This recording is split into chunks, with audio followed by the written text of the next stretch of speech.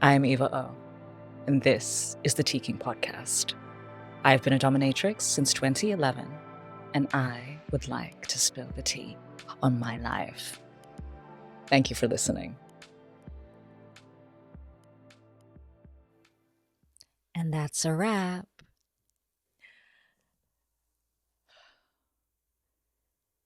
The Teakink podcast, series or season 1. How uneducated I am. Welcome to the season or series finale of the first ever run of the Teakink podcast with me, dominatrix Eva O. I have had a hell of a time. I have some notes that I thought I was going to use, but maybe I don't need them. I don't actually have any notes for my episodes. I hope that didn't come across too much. I mean, I jotted down some ideas when I thought about different themes that I wanted to speak about, and I created a starting sentence for each thing, but I didn't have a prompt aside from that. I didn't really know what it was that I was going to get into. And what that meant was that there were some topics that were pretty hard to talk about, like the episode on the AI companionship. That's really new to me. I haven't spoken about that with anybody, really, yet. And the episode about money, I clearly don't talk about money enough because I found myself pausing quite a lot during that one. But then there were other episodes where I spoke about my mom or my friends and our sex party adventures, or some clients that I've had. And those stories I've probably told quite a few times. And so they have a little bit more rhythm to them. But it's been a very interesting experience. Do I think that I've gotten what I want out of it? I hope that it has been interesting to you. I hope that it has exposed some of my life to you. I hope that you have felt that you could understand me and my world a little bit more. And if I was able to achieve any of that, then yeah, then I'm pretty happy with what I have created.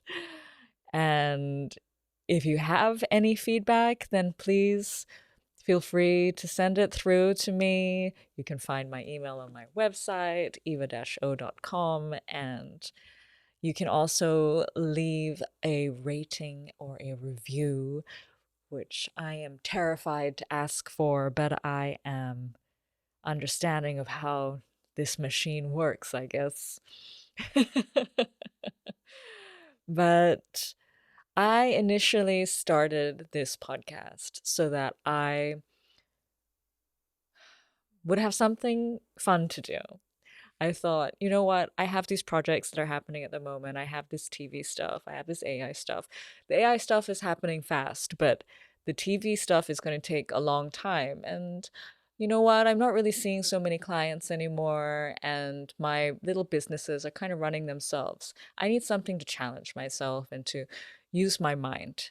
And I remembered my little project, my little teakink project that I did a few years ago, where I interviewed a bunch of dominatrices.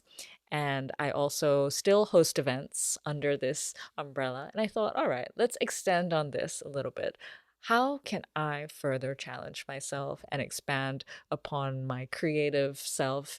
And I listened to some comments on my Instagram and on my TikTok, and they told me that I should start a podcast, and I listened. Look, I do what I'm told.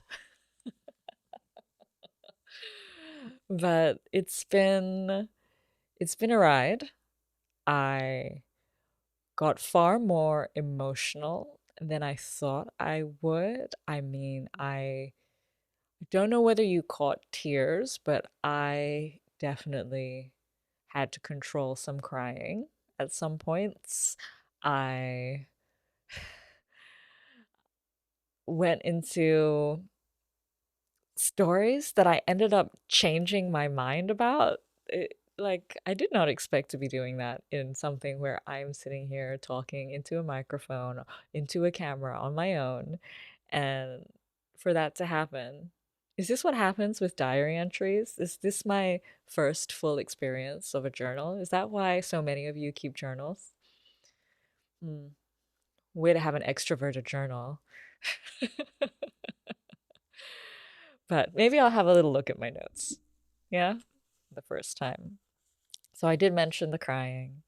I did mention that I went into the assholes, the powerful women, the clients, sharing a little bit about my hesitancies around the TV contracts and the AI projects has been very vulnerable, a very vulnerable space for me because I feel very unsure about that still. I haven't crafted a full opinion on that or view, and to have you along as part of that process is quite new for me and a bit nerve-wracking, but I feel like it's good for you to see that side of me, and it's also useful for me because when I put that out there, sometimes I can get quite a lot of good knowledge in return.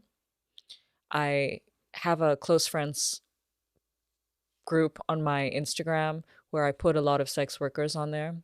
And when I was feeling quite puzzled about the AI question, I I simply asked them what they thought, and I ended up finding some sex worker scholars who were studying exactly that, and they were able to inform me more, and I was able to hear opinions from across the globe, and it's pretty incredible. So I think that it's very useful for me, even though I'm so used to trying to create this like finished-ish product to be able to communicate it because I'm so aware of how somebody in my position, how a sex worker can be misconstrued or misunderstood. And I think in order to get past that, it's good to be as clear and understood as possible. I think that I also have to cut myself some slack and take some space and ask for help. And I think being vulnerable around my my shaky understanding of things is also a good thing. And it's good that you understand the humanity. I think that's also very helpful for all of us. Changed my own mind. That was a fun episode actually. The one on how I paralleled sports with the dungeon. And the men crying. I really liked that one, if you hadn't heard that yet. Yeah, it's been a really lovely opportunity to be able to speak about how I feel about things in great detail. I do a lot of interviews, but and they're great. I really enjoy them, which is why I keep doing them. They help me learn how to communicate myself in different ways, and they sometimes ask me questions that give me an insight into what people are interested to know about. And that is often about the details of the job, the sexual aspects of it, the stuff that they're hiding from, essentially. And what else is it that they tend to focus on? Would like to say money, but actually, people don't always ask about the money. It's mostly about the intimacy. I think people are mostly fascinated about how one is able to connect with so many people that they don't know before they walk through the door. I think that's the most fascinating part of the job to people, based upon the questions that are asked to me. But in this context, where it's just me talking to a camera, me talking into this microphone, I get to ask myself the questions. I get to run things through my head. I get through to think about the things that have happened to me that I've gone through. And it's been, yeah, more fun than I than I imagined it to be. It started off as an experiment to entertain myself, to fill my time, to fulfill a sense of purpose, to communicate and to feel a little bit more, even more so, as a part of the community, to be able to try to help to leave a little bit of an artifact in the world for the voices of sex workers. Mm, mm, and but it's just been fun also because I guess I enjoy reflecting and remembering how rich my life is. I'm very, very, very blessed, and I feel very grateful for that. But what else do my notes say? What else do my notes say? The money one. Yeah, the money one. I talked about money at different points, but there was one episode where I spoke about how I set my rates and Arsehole tax. And I remember taking quite a lot of pauses to think through things in that one. I think I think maybe upon reflection, I think I took a lot of pauses, not because money isn't a huge part of the job. I mean, it's a job. We do things mostly so that we can earn money, yeah.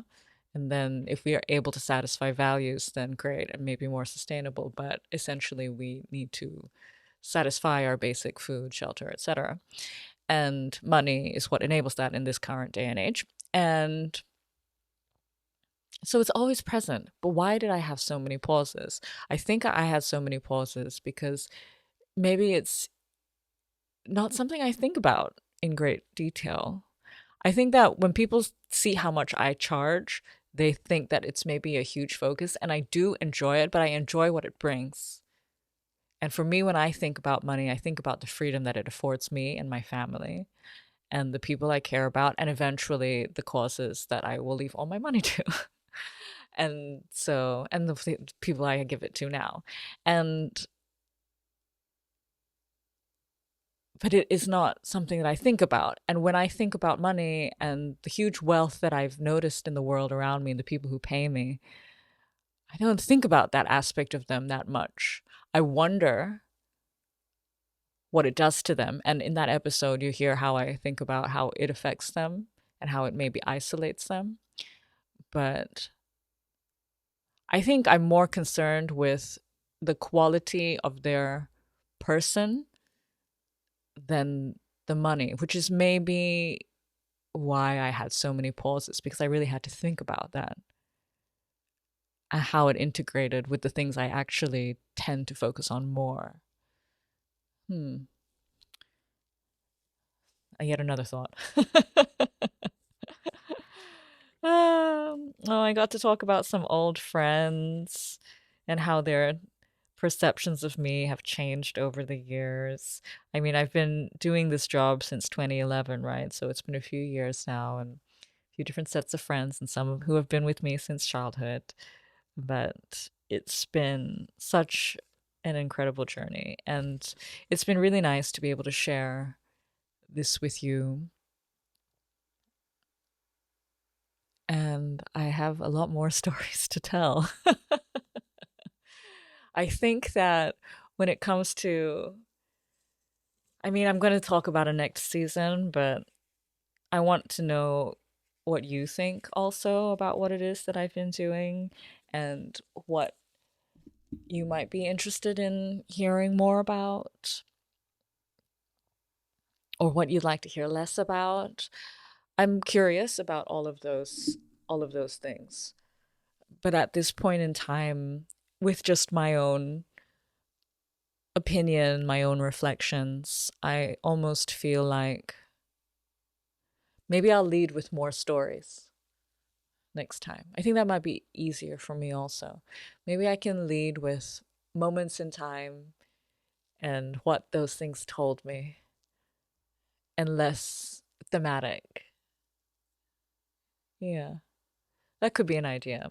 But again, please tell me what you think. And I would love to know what it is that you're curious about and what it is that you took away from this time with me and what more that you could hope for,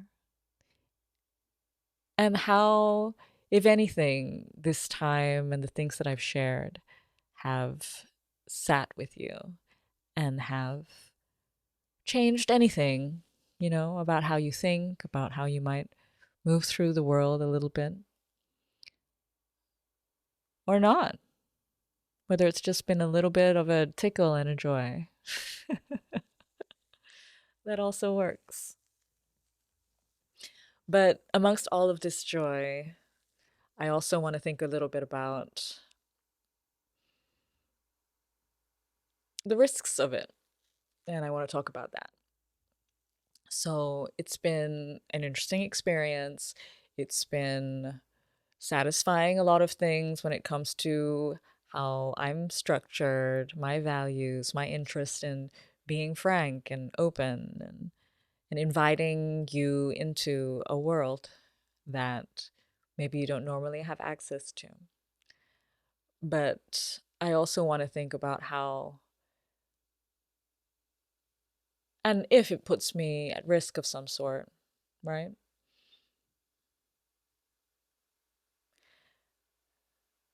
Like, is it smart of me to share this much? Is it smart of me to even share with you that particular thought? I don't know if it necessarily matters. I don't know if vulnerability is something that I want to navigate differently. I think that it's smart of me to consider the risks of being so honest. I think that I'm still quite careful. I don't tell you exact names, even though I'm not very good at making up fake ones on the spot, so I need to think about that before I start talking to you next time. But I'm very happy to be here in this form and communicate freely as I have. And I don't think that there's anything that I would change about this first season. Even if some of it's going to be choppy, the episode lengths are probably going to be a little bit all over the place. But you know what? It was my first shot. And this is a very personal journal. And it's going to be all over the place because life is complex, right? Did I just argue my way into feeling better about how this is probably chaos? Look at that. The skill.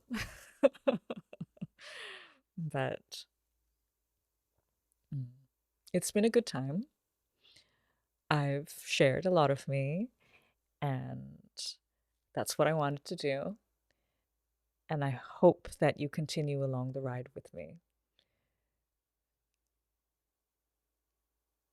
I'd love your feedback, but that you're even here is wonderful. And I really, really do. Thank you for listening. And I look forward to seeing you next season.